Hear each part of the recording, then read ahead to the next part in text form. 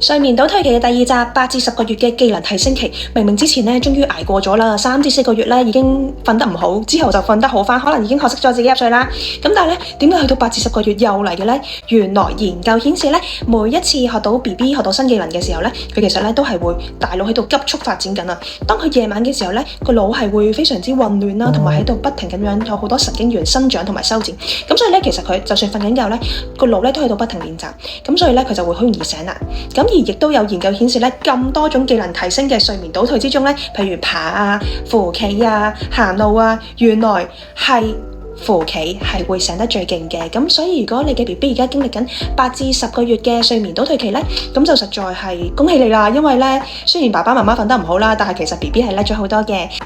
咁而呢個時候咧，如果 BB 係識得自己瞓嘅話咧，即係佢可以自主入睡啦。咁其實你就唔需要太擔心嘅。佢企完起身之後，玩完一輪自己就會瞓返㗎啦。咁但係咧，如果佢嘅入睡條件都係依賴爸爸媽媽去抱睡啊、奶睡啊、拍睡啊，咁呢個時候咧，其實就會好辛苦啦。因為咧 BB 半夜係醒嘅次數多咗啦，亦都需要爸爸媽媽去幫手佢再次瞓返。咁所以呢個時候咧，最好咧就要建立佢一個自主入睡嘅能力，因為8至10個月呢個階段咧係非常之重要嘅黃金期嚟嘅。再遲啲咧，1歲之後咧就會有更加多新技能啦，會識得叫你啊，有多啲抗議嘅